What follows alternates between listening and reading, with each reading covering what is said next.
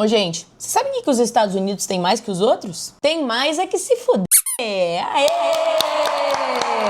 Galera, pra quem não me conhece, oi, eu sou Martina Giovanetti, estudante de Relações Internacionais, e a gente vai falar hoje sobre os Estados Unidos. Vai ser um papo interessante, acredito eu. Eu vou falar aqui sobre notícias, né, recentes, e a gente vai falar também sobre a questão mais teórica, talvez, de relações internacionais, mas que eu acho interessante a gente trazer pra poder incrementar a discussão. O que eu vou trazer aqui pra vocês como início dessa nossa discussão, né? Esse vídeo aqui, que eu tô torcendo pra ter legenda em português, Brenna Pérez, tá? Ela vai falar sobre esse vídeo aqui, que foi uma reportagem para a CNN com um representante da Casa Branca falando. E aí, o que é importante é o que ele vai falar, e a gente vai pegar um pouquinho dos comentários dela pra entender. A legenda tá aqui embaixo, tá? Então, vamos lá. The California National Guard. Under Title 10 of the U.S. Code, the president has plenary authority. E ele para de falar. Ele disse que o presidente tinha plenary authority. E a gente vai ver o que isso significa. Stephen? He knows he knows what he just said. Hey, Stephen, can you hear me? It seemed, Stephen, I apologize. It seems like we're having a technical issue. Plenary authority. Plenary authority. Remember that. That's what he's claiming. At least now we know that his fear response is freeze. And if you're not sure what plenary means, I gotcha. Complete in every respect. Absolute. Vocês ficam se perguntando como é que eu fico sabendo de todas as notícias do mundo todo ou que fontes eu utilizo que eu sei que são confiáveis para poder me informar sobre o que está acontecendo no mundo? Pois é, como estudante de Relações Internacionais, eu tive acesso a algumas fontes do mundo todo. E eu sou uma pessoa que gosta de ler as notícias na fonte. Eu gosto de ler as notícias no lugar onde elas estão acontecendo. E por isso, ao longo da minha faculdade, eu fui fazendo tipo um compiladão de 3 fontes de notícia por país de todos os países do mundo. Sim, dos mais de 200 países, porque eu sou maluca. E aí, pra cada país tem 3 fontes de notícia. Uma mais à direita, uma mais à esquerda, uma mais a centro. Pra alguns países eu escolhi uma pró-governo, uma contra o governo e uma mais neutrona.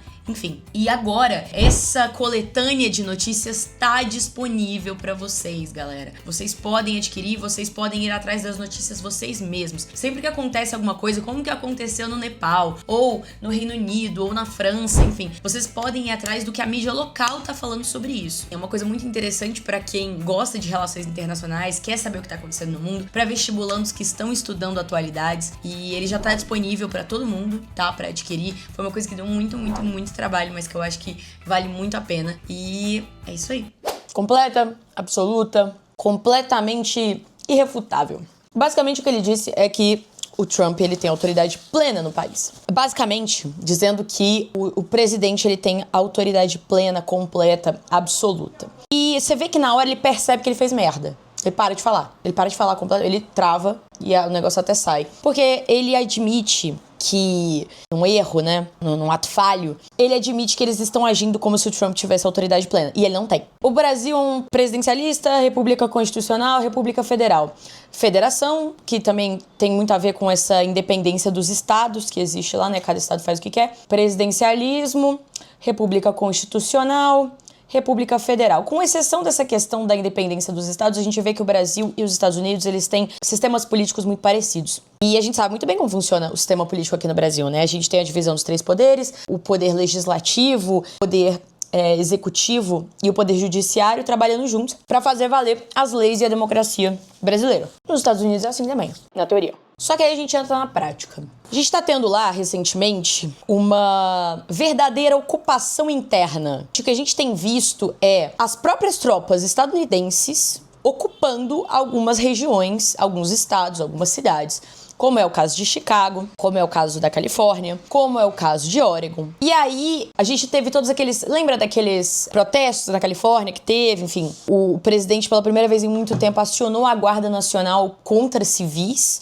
né, o que não é de praxe dos Estados Unidos. E a gente tem cada vez mais isso se expandindo, enfim. Isso aqui foi dia 5. Não, faz uma semana. É que ele enviou as tropas pra Chicago. Que isso, gente? Isso é muito inusitado nos Estados Unidos. Isso não acontece normalmente, né? Do presidente mandar as tropas pra cima de civis, pra ocupar cidade, pra ocupar estado. E isso mostra o quanto essa figura autoritária do Trump tá se mostrando. Essa face autoritária do Trump tem se mostrado. E isso bate, né, com aquela entrevista que a gente viu agora. Um dos representantes da Casa Branca praticamente admitindo que eles estão tomando uma atitude autoritária. E aí, galera, que a gente entra numa discussão que tem tomado, assim, as redes sociais, tem tomado o meu chat recentemente. Acho que as discussões quando se trata dos Estados Unidos, que é os Estados Unidos enquanto hegemonia, enquanto país mais poderoso do mundo, está ruindo, o Império Estadunidense está acabando, e é aí que entra a teoria de RI. Pedro já falou disso num vídeo, acho que foi no vídeo, inclusive, que eu fiz junto com ele o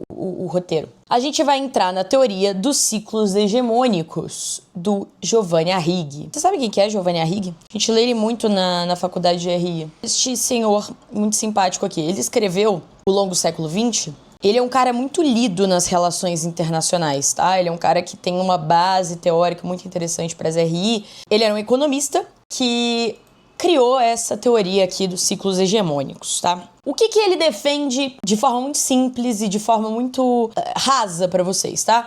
Que dentro do capitalismo, a hegemonia, a superioridade máxima de um Estado, né? A posição do Estado como líder cultural, líder político, líder econômico e da sua atuação no sistema internacional enquanto esse líder, ela se dá em ciclos. E aí a gente já teve 4 ciclos. A gente teve o ciclo genovês, a gente teve o ciclo holandês, né, da Holanda, a gente teve o ciclo do Reino Unido e a gente agora está até, teoricamente, no ciclo dos Estados Unidos desde ali o século XX, século 30, principalmente, né, pós-Segunda Guerra. E o que ele diz é que, basicamente, todo o império vai cair no capitalismo e vai ser substituído por um novo, por um próximo, por um outro. E essas mudanças entre atores hegemônicos, né, elas acontecem por meio de guerras, por meio de conflitos. Eu fiz essa apresentação aqui para ensino médio, tá, gente? Então ela tá super simples, mas qualquer questão. Ó, ciclo genovês do século XV até o século XVII, e aí a gente tem no meio Guerra dos 30 anos. Do século XVII até o século XIX,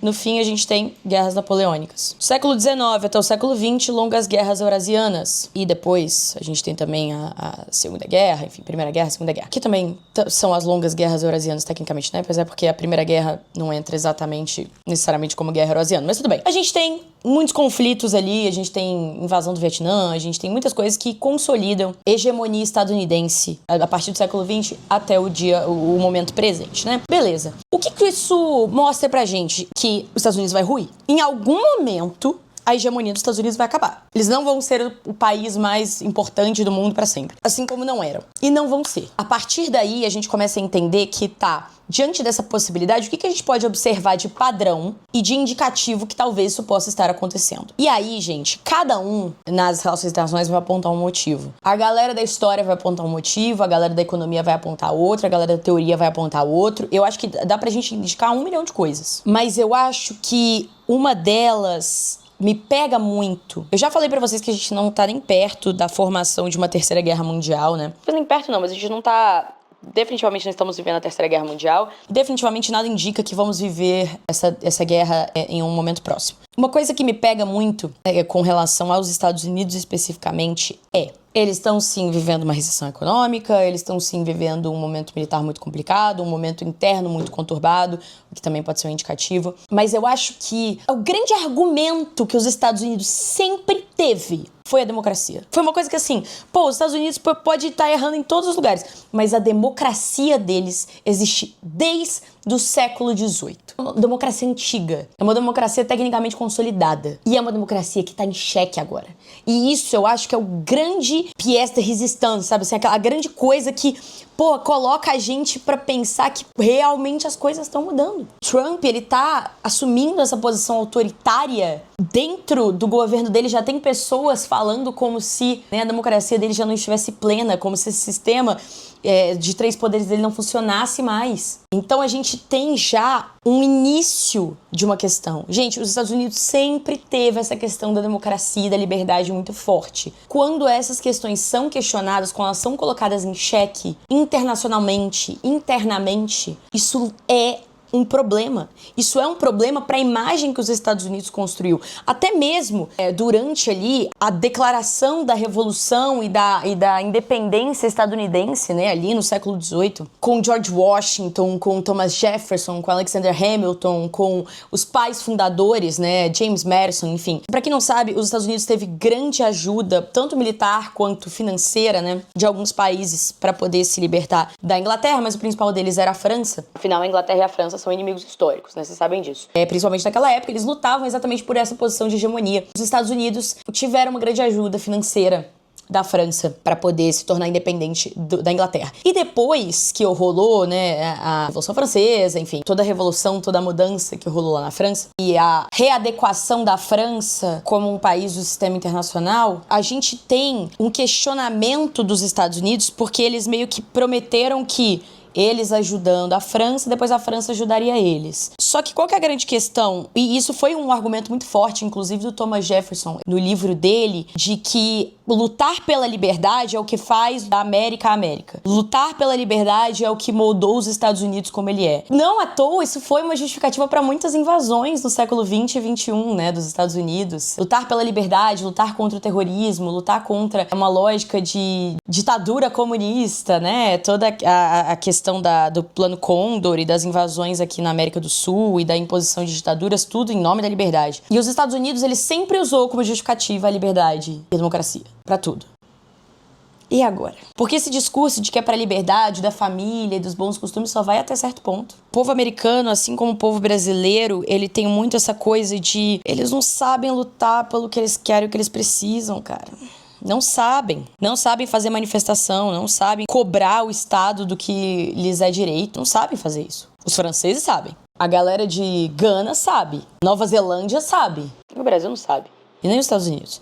E eles entram nessa lógica de que agora eles estão numa autodestruição, né? De autofagia, que parece que eles estão se destruindo por dentro, mas isso é apenas um ciclo se fechando, galera. É inevitável.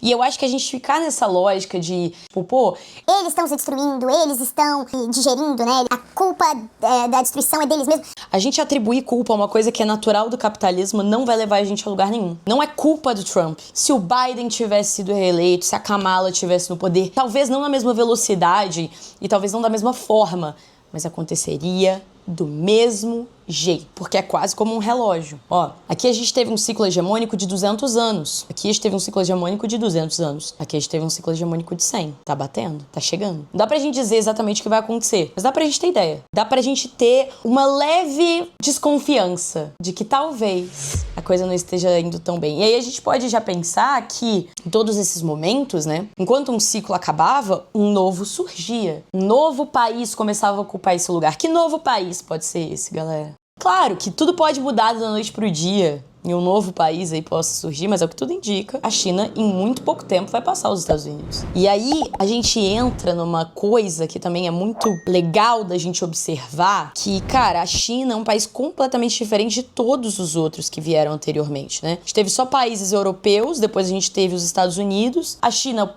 seria o primeiro país da Ásia a ocupar esse lugar, e mais que isso, a China é um país milenar. A China é um país completamente diferente, com uma lógica de comércio, de economia completamente diferente. Como é que um país que tem lógica socialista vai ocupar esse lugar de hegemão capitalista, sabe? Isso talvez possa até quebrar o ciclo, quebrar a roda, né? Vão ter que pagar pra ver. E eu acho que ninguém aqui vai ver isso, tá? A gente não vai ver os Estados Unidos acabar, tá? Isso já é uma coisa que eu aviso vocês sempre. A hegemonia da Inglaterra acabou, ela ainda tá aí, firme e forte, sabe? A hegemonia da Holanda acabou, ela ainda tá aí, firme e forte. O genovês, né, hoje em dia é italiano, mas enfim. A questão é que os Estados Unidos vai continuar existindo. E não vai ter um ponto que a gente vai falar, pronto, acabou a hegemonia. Isso só vai conseguir ser observado quando a próxima hegemonia a gente estiver extremamente consolidada, como foi a dos Estados Unidos. Então, é isso. Sei lá, é mais um papo meio teórico, meio sem pé nem cabeça, mas é que eu acho que é legal trazer essas teorias pra vocês entenderem como a gente, que é de RI, assiste a esse tipo de coisa. Faz a nossa análise, sabe? Cria a nossa lógica pra determinadas coisas, porque tem uma lógica por trás, tem estudo por trás, enfim. E é isso, galera. Espero que vocês tenham gostado do vídeo. Não esquece de dar like, não esquece de se inscrever no canal.